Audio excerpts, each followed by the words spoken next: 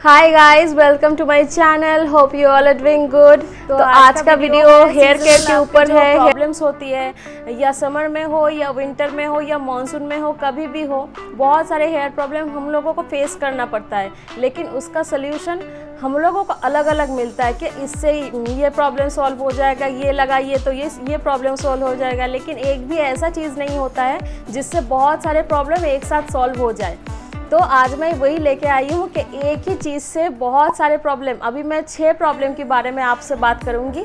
तो अभी मैं जिन 6 प्रॉब्लम के बारे में बात करूँगी वो 6 प्रॉब्लम प्राइमरी प्रॉब्लम्स हैं। मतलब प्राइमरी प्रॉब्लम्स मतलब हर किसी को हो ही जाता है। तो पहले ये 6 प्रॉब्लम कैसे सॉल्व किया जाए मैं वो इस वीडियो में बताऊँगी, स्टेप वाइज बताऊँगी, जैसे आपको समझ में आए कि कैसा करने से, कैसा मेथड फॉलो करने से ये सब प्रॉब्लम दूर हो जाएगा। चलिए देख लेते हैं क्या क्या प्रॉब्लम सॉल्व होता है इस वीडियो में।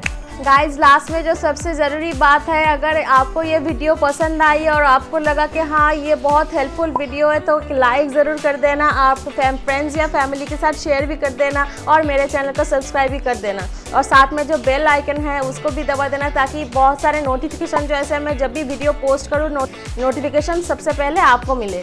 तो चलिए शुरू करते हैं।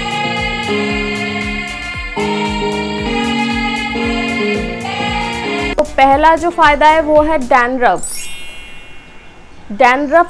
पहला जो फ़ायदा है वो डैंड्रफ को कैसे हटाना चाहिए। तो 2 टाइप का डैंड्रफ होता है, एक है ड्राई और एक है वेट। ड्राई डैंड्रफ जो होता है वो है थोड़ा फ्लेकी होता है, वो झड़ने लगते हैं, आप देख भी सकते हैं सफ़ेद सफ़ेद इधर उधर पड़ा होता है।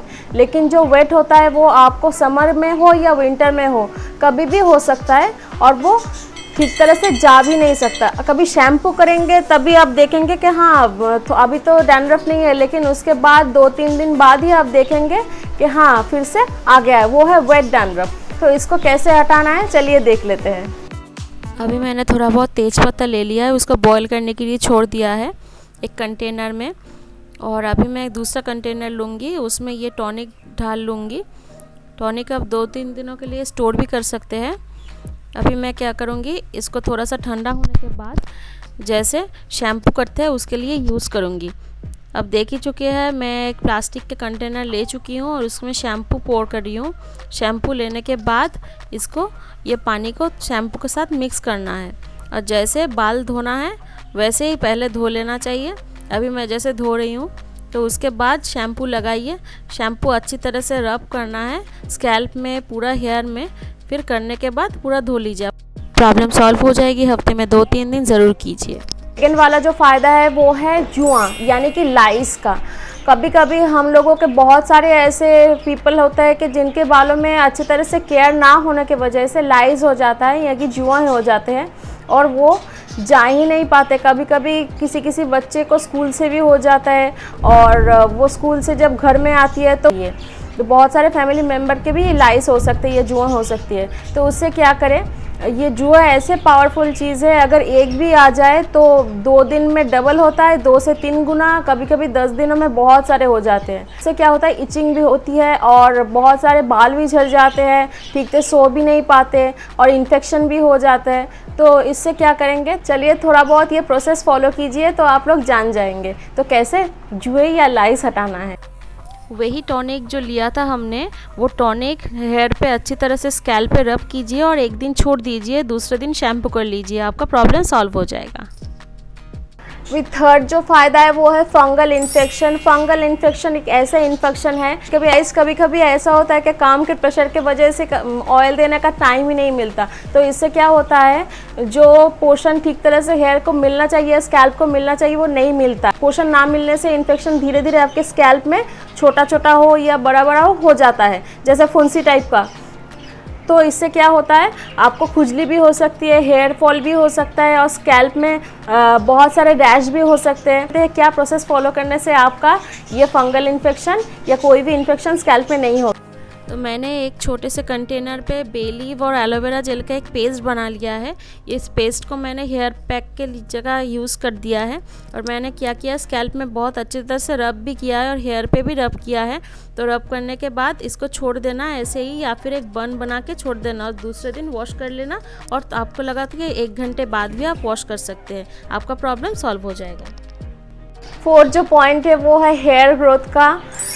दोस्तों हम सभी को पता है कि हेयर ग्रोथ तो एक नेचुरल चीज़ है ही, मतलब नेचुरली तो आपका हेयर ग्रोथ होता ही, लेकिन आप ये जानते हैं कि जो प्रोसेस मैं अभी बताने जा रही हूँ उससे आपका हेयर 2 गुना ज़्यादा बढ़ने लगेगा।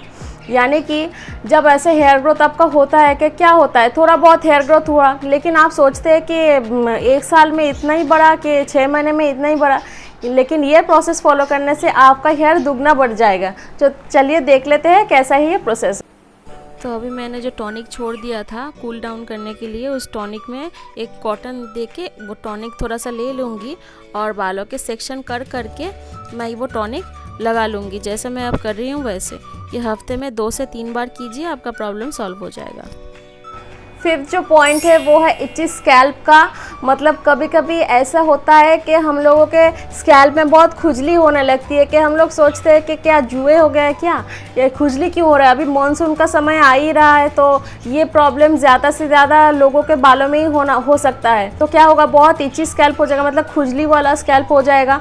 आपको लगेगा कि जुआ हो गया है, लेकिन क्या हो गया, क्यों खुजली क्यों हो रही है, लेकिन आपको पता नहीं चलेगा कि खुजली किस वजह से हो रही है। ये भी एक इन्फेक्शन टाइप का ही है, ये सीजनल इन्फेक्शन है, वेदर की वजह से हो सकता है, पोल्यूशन की वजह से हो सकता है। तो इससे क्या करना है, तो चलिए हम लोग देखते हैं कि प्रोसेस फॉलो कर रहे हैं, ये प्रोसेस में क्या क्या दिखा रहे हैं। जो टॉनिक हमने बनाया था उसको क्या करना है, बाल शैम्पू हो जाने के बाद उस टॉनिक में थोड़ा पानी मिला के वो पानी को आपके वॉश करने के लिए पूरा हेयर के लिए यूज़ करना है, तो आपका प्रॉब्लम सॉल्व।